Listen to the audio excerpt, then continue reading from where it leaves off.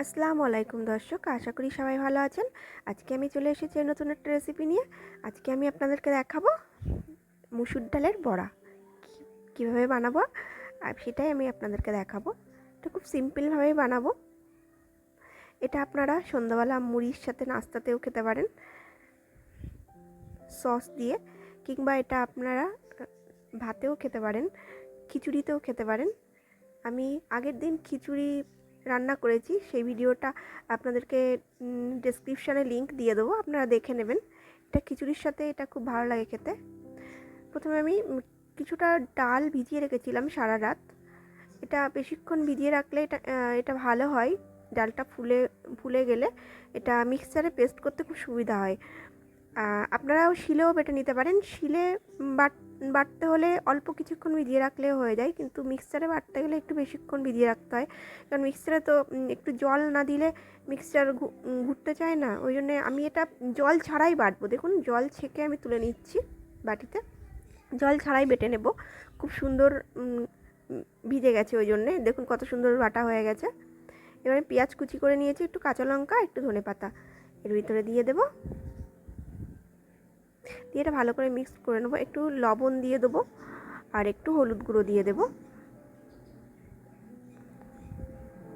আপনারা চাইলে এর ভিতর বেসন অ্যাড করতে পারেন, কি চালের গুঁড়ো অ্যাড করতে পারেন, কিন্তু শুধু যদি আপনারা ডালের ফ্লেভার চান, মুসুর ডালের সেন্ট, তাহলে এটা শুধু মুসুর ডাল দিয়ে করতে পারেন।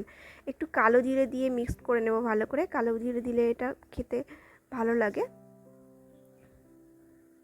কালো জিরেটা মুখে পড়লে এর স্বাদটা বেড়ে যায়। একটা ফ্রাইং প্যানে একটু তেল নিয়ে গরম করে নিয়েছি। এবারে আমি একটু ছেড়ে দেবো, পাতলা পাতলা করে তেলে ছেড়ে দেবো। একটু লো টু মিডিয়াম ফ্লেমে ভাজতে হবে, তাহলে ভাজাটা খুব ভালো হবে। হাই ফ্লেমে ভাজবেন না, তাহলে উপরটা বেশি লাল লাল হয়ে যাবে আর ভিতরটা কাঁচা থেকে যাবে। একটু লো টু মিডিয়াম ফ্লেমে একটু সময় দিয়ে ভাজতে হবে, তাহলে এটা খুব ক্রিস্পি হবে খেতে। এটা সন্ধ্যাবেলা স্ন্যাক্সে আপনারা খেতে পারেন, মুড়ি দিয়ে, সস দিয়ে।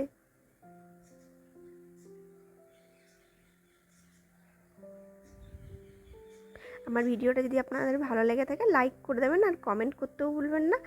আর যদি আমার ভিডিও আরও দেখতে চান, তাহলে আমার চ্যানেলটাকে সাবস্ক্রাইব করে রাখতে পারেন।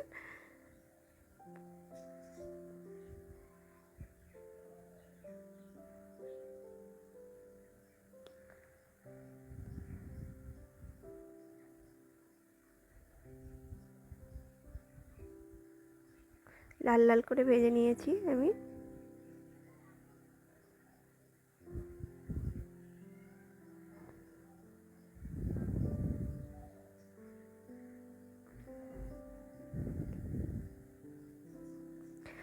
এবার আমি তুলে নেব। ভাজা হয়ে গেছে, দেখুন কত সুন্দর হয়েছে।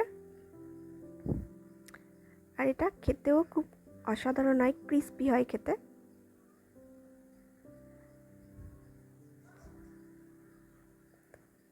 একটা ভেঙে আপনাদেরকে দেখিয়ে দিচ্ছি, ভিতরটা দেখুন কত সুন্দর হয়েছে।